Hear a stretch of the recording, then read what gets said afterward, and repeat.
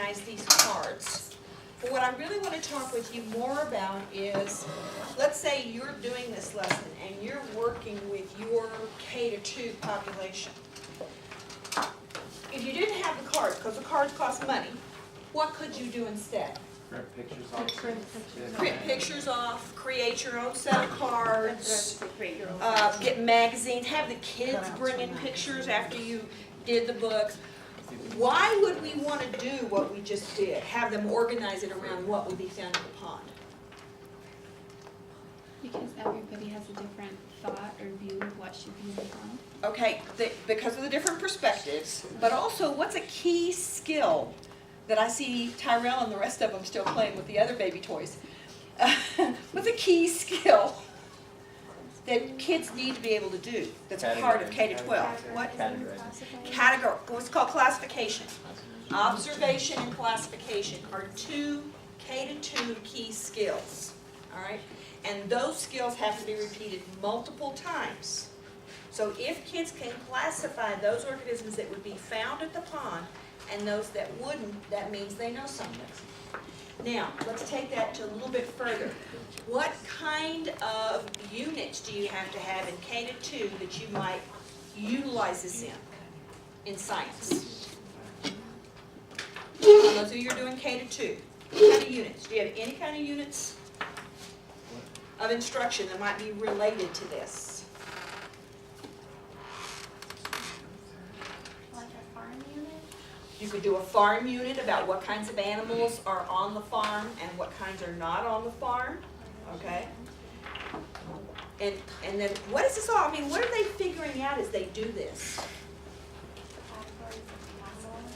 Classification, yes. But they're also talking about what kinds of living organisms live together. What do we call that, guys? Come on, there's a name for it. It's environmental ed. You're teaching them ecology at the time that you're doing this. What living organisms go together? What don't go there? If you did a unit on the zoo, you can do the same kinds of things with animals who are at the zoo. Are they supposed to be there? What kind of animals are found in the African exhibit? What kind of animals are found in the South American exhibit? And with all the big cats.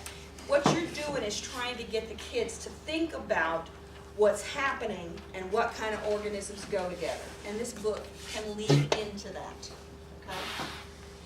Now, if you had your kids in the classroom doing this, what would you want them to be able to do to give back to you that shows they understood? It's called assessment. What would they have to do? Draw a cool environment. What? What? I didn't hear you. Oh, draw an environment with all the animals in their natural habitat. They could draw an environment. That would probably be up from K-2. Yeah, Yeah. diorama or something. Huh? Diorama. They might be able to do a diorama of the pond. Okay? What else could they do that would tell you they understood? And then explain why they chose what they chose. Exactly. That's something I want you to really push with your kids. You want to go and you ask them, okay, you put all these animals together. Why did you put them together? Now, what would be acceptable in terms of answers?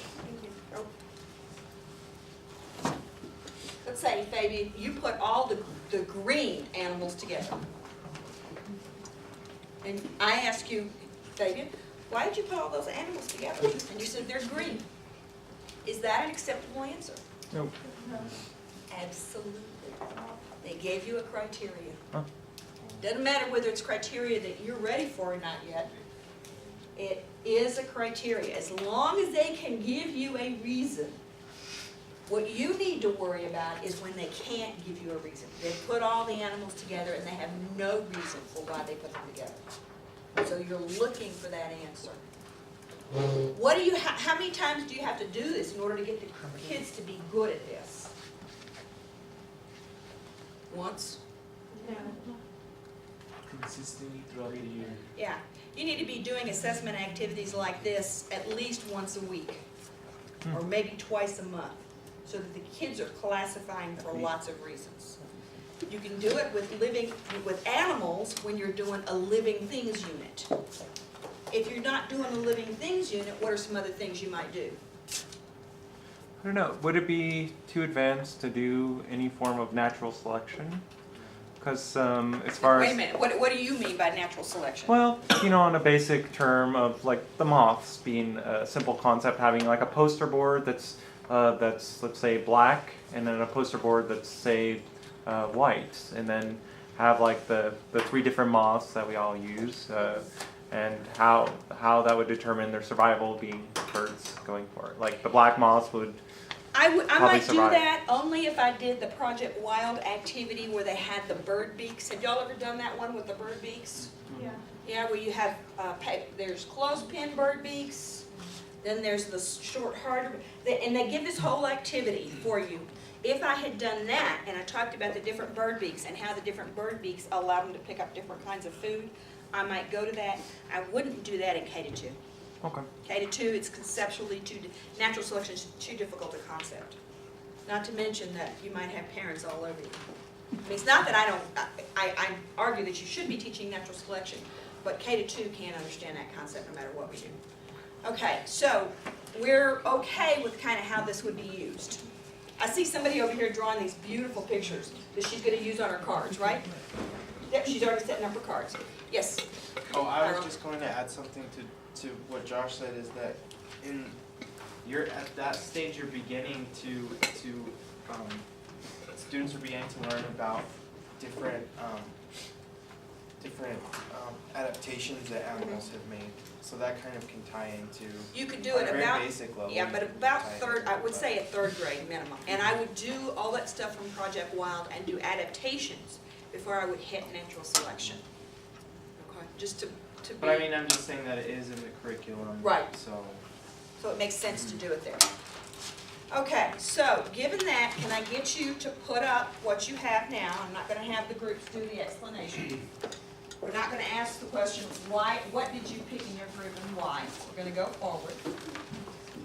Okay, so these are notes. I will post these notes for you online, but I just wanna go through them shortly so they won't be a problem. Do I need to put this thing back on? You don't. It should be pretty good. I'm loud enough so it should Yeah. be okay? Yeah. Okay, that's good. I mean, you don't have to have that. Unless it's a really bad video camera, it should be fine. I don't know. What brand is it? Panasonic? Should be good. Do you mean put them away? Huh? Do you turn them away? Yeah, take the cards and put them away, so y'all, why do I have you take the cards and put them away? Because y'all are easily distracted, just like 6-year-olds, and you'll play with the cards instead of doing this activity. I agree. I'm gonna give you a plus a little bit later on. I'm gonna bring my books. I've got a stack of books here, and I'm gonna let you copy down the names of the authors and all the other things, and talk about places where I go to get these kinds of things. Okay, literacy is the ability to explain to the public important issues that involve science, mathematics, and technology, and participate in the excitement that can come from understanding about learning the natural world. Well, let's be honest. Most of our principals, and I'm not knocking principals per se, they're doing this because of other reasons, don't care about science literacy. What kind of literacy do they care about? reading literacy. Reading literacy. But I can find a way to turn that reading literacy into something I can use to teach my science. And that's what I want you to be able to do, is to be able to find a way to turn that reading this wonderful story into something you can do with the class, and then looking for other resources that will allow me to do stuff like this and extend it into science. So that's what I wanted to start with. However, there's a lot of different changes going on in our science content. We do know that science learning is active. The kids have to do stuff. Can't just be me up here reading. I mean, I might be able to read the beginning of that story, but after that, it either has to be a discussion or the kids have to do things.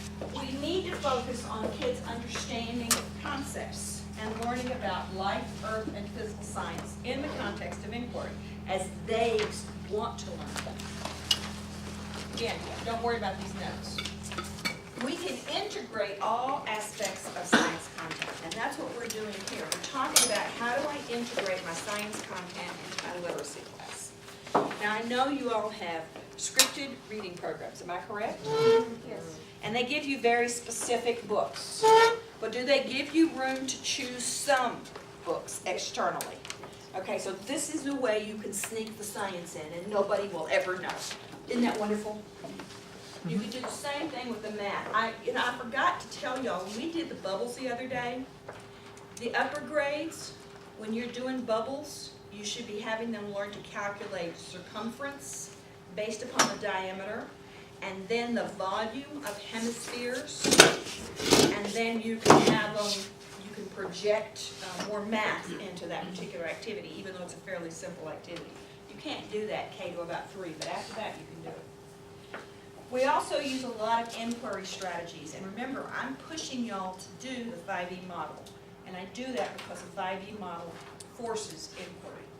You don't explain anything until this point. Okay, we want to use literature because informational books encourage children to explore topics of interest, because mostly they're better written than the textbooks. The textbooks are usually very poorly written. And then kids are able to use critical thinking and problem-solving skills as they explore these different kinds of books.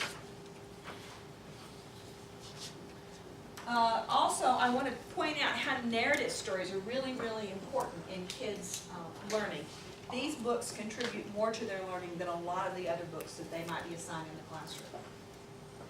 Informational books allow children to learn about faraway places. You want kids to learn about what animals they'll find in Africa, what animals they'll find in South America. But you want their base needs to be what animals will they find here, so that they can learn to recognize those animals and to explore the biomes that exist in New Mexico and then expand out from there. I've often seen people talk about, well, I'm going to teach them all about the animals in Africa, but no one has ever sat down and talked about the local animals that are a part of their lives. And we need to do that. This group over here talked about a farm unit. We still have lots of kids in the South Valley and other places who are involved in farming. And that would be a base of experience for them. You always want to move from the student's experience out to the bigger world. Always want to start with where they are and what they already know about. This is one of the reasons I want you to look up that NSTA journal that has the trade books listed, because they identify most of these. I want to point out that for the elementary grades, K to 2, the two things that you want the kids to be able to do are observing and classifying and manipulating. That means they got to touch it. Once you get to the upper grade levels, observing, investigating, manipulating, and continuing to classify. But the focus for K to 2 should be observing and classifying and using their hands to do things. Again, I'll post these for you. What I'm going to do now is to take it up a step. And I have another book that I found that I consider pretty important.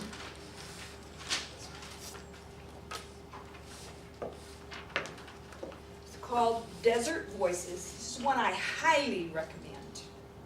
This would be most appropriate grades 3 to 8. You could use this. This is written by Byrd Baylor and Peter Parnell. They put out a number of books. Here's another one of theirs. It's the Caldecott winner for this one. It's called The Desert is Theirs. And this book would be a way for you to introduce poetry, because it's essentially prose turned into poetry. So if you can teach it as a literature lesson. Okay? And I think it's a really excellent thing to do.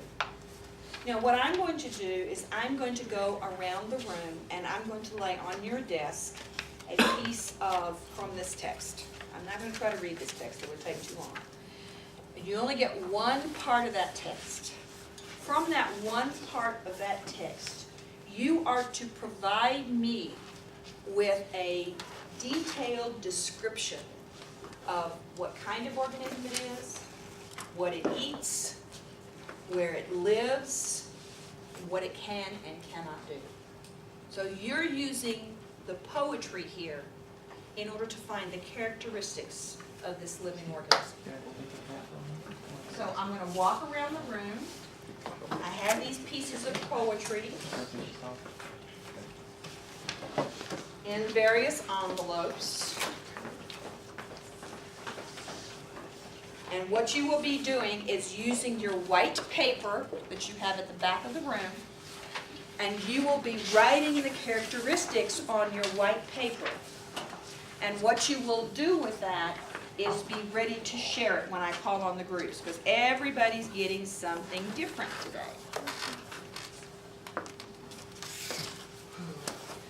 Okay, I'm expecting you to work in groups. I just went past the camera. I'm expecting you to work in groups to identify the characteristics.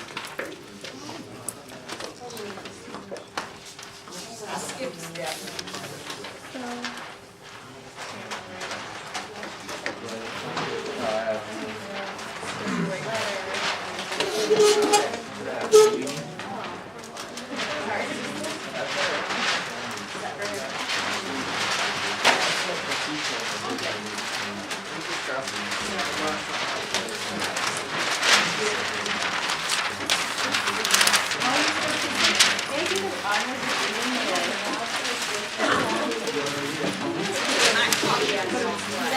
But she's already doing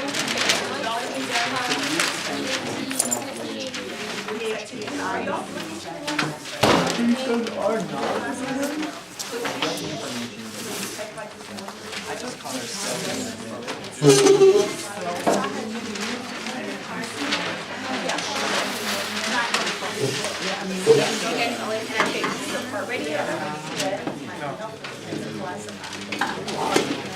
I find things whenever I see big bags far down the earth, wide up stone. Wait, these are all mine personally, guys. I wait for the person for a while,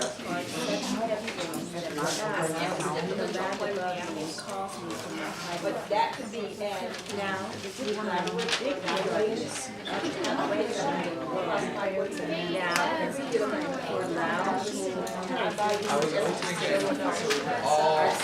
You don't give a shit. Rising from every corner, filling the air with Tonight we lay our eggs. Are you how do we know that it's not before the shallow pools dry out? This one is probably.